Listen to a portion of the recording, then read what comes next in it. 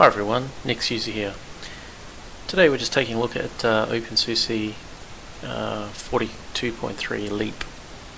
And the first thing to note is that as soon as you go into Firefox, there's a bit of a search engine there that comes up, powered by Google. If we go to search for OpenSUSE, we'll find that on Google. Just go and have a look at Get OpenSUSE. You'll find plenty of information on with a Wikipedia page about it, and also if you so wish, go to Distro Watch. There's some information there on it too. So you can see here there are a variety of versions, two of which I'm pretty familiar with. The other one I'm not. This OpenSUSE testing is new to me. But OpenSUSE Tumbleweed was announced some time ago, quite some time ago now, and it was more like a rolling release distribution, sort of in the same vein as Arch Linux, I guess. There was also this OpenSUSE Leap, which is more of a stable edition. Anyway, I'd like to go through some of the features.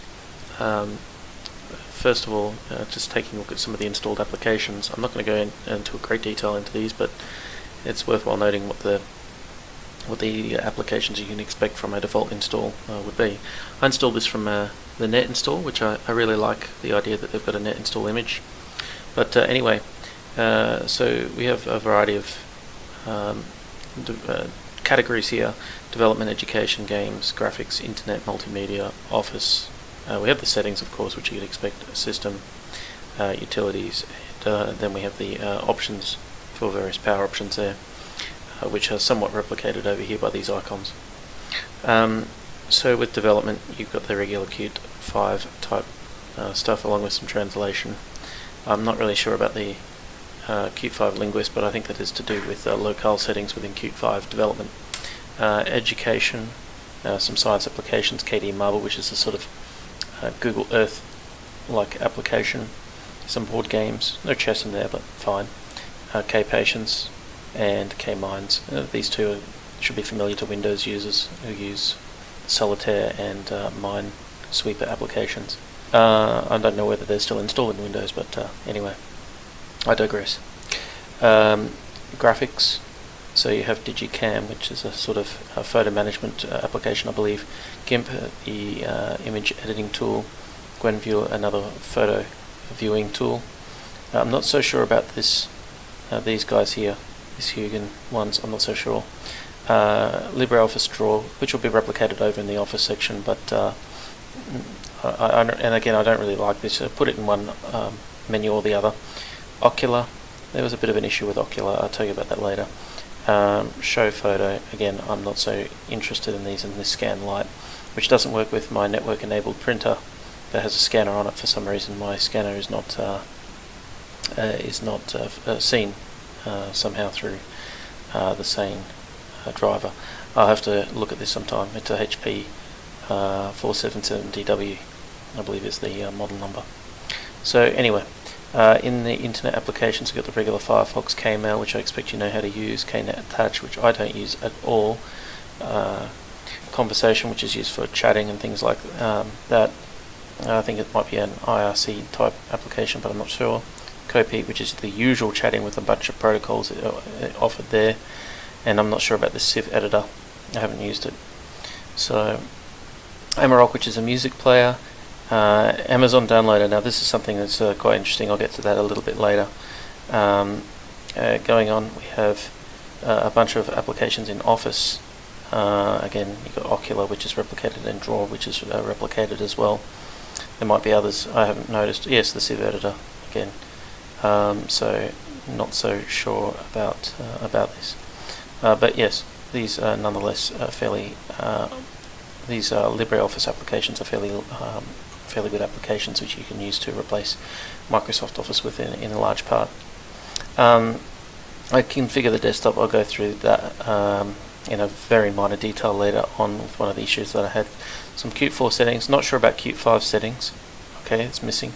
Yast, again, we'll talk about that later. And the system stuff, which I think you can go through in your own time. Utilities, again, go through in your own time. It's not really much to see here. Okay, so some of the things that I liked about it. Okay, I told you before I liked the net image.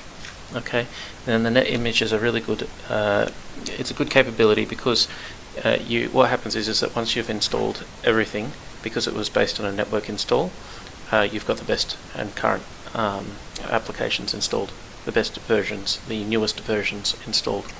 The next is I like the login animation.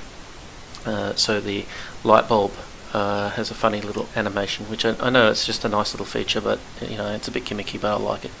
Another thing too is it's a fairly vanilla KDE install, but it does have a nice theme to it, kind of specific. I think it's specific at least to OpenSUSE. It's been some time since I've used KDE as a dedicated user, so maybe there's a lot that carries on through that that's inherited.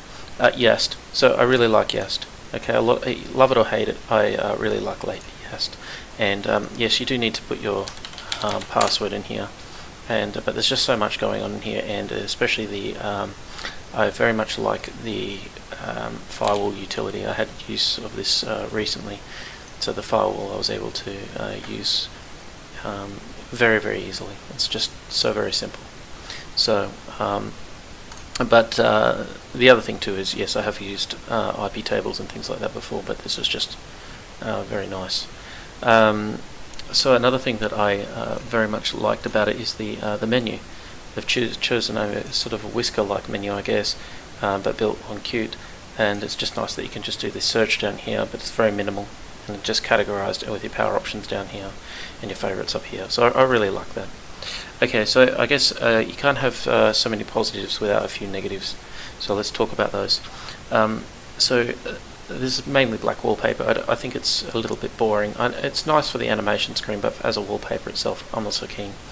Another thing too is the limited availability of wallpapers. It's if I go into configure desktop, and I made mention of it before, look at this, you've only got a couple of wallpapers there. One is a vanilla KDE wallpaper, and the other one is the OpenSUSE one for specifically this KDE instance.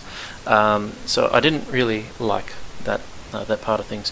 Now, a very minor issue, and it's really not, I really can't rag on OpenSUSE per se, but it is one of their install applications. So I so desperately needed the other day to rotate a PDF.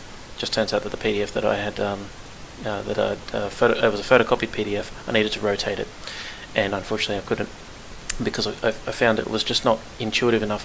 I didn't notice this orientation down here. I would have thought it would have been up here somewhere, and I just missed it, or I thought it'd be out here on this menu here. Again, not an OpenSUSE issue perhaps, but definitely something that could be customized.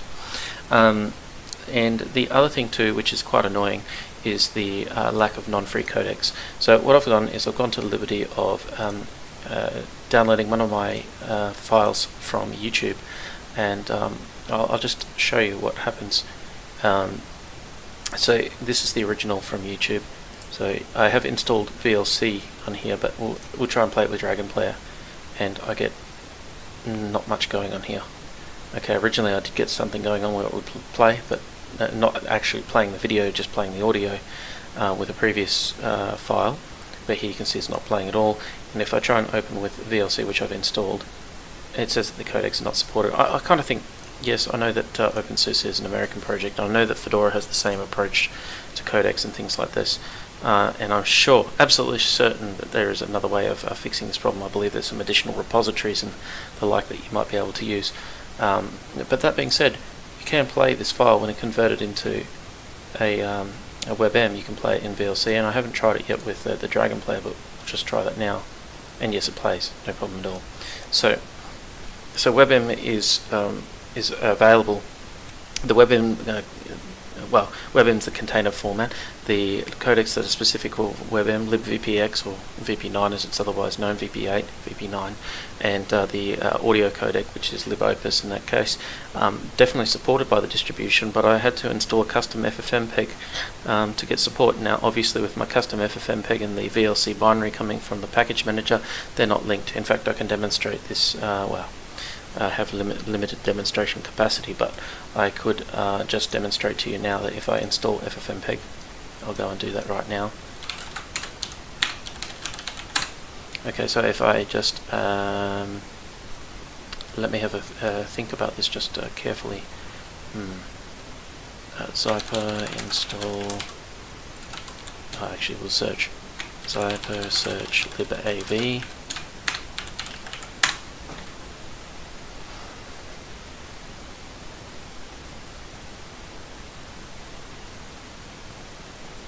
Okay, so libav, let's just do libav codec, and the devel libav codec. Actually, what I'll do is I'll go, there's probably an easier way of testing this. So if I go ldd/user/local/bin/ffmpeg grep 264. Okay, so we can see that lib2x264 has been linked against in /user/local/lib/ blah blah blah blah blah. Okay, so if I go zyper install,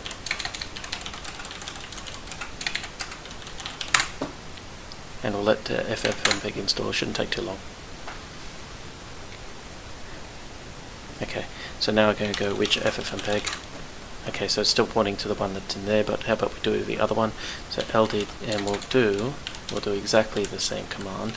In this case, we'll drop off the local, and you can see there is absolutely no 264 support. Even though there's a bunch of support for other things, it's not there.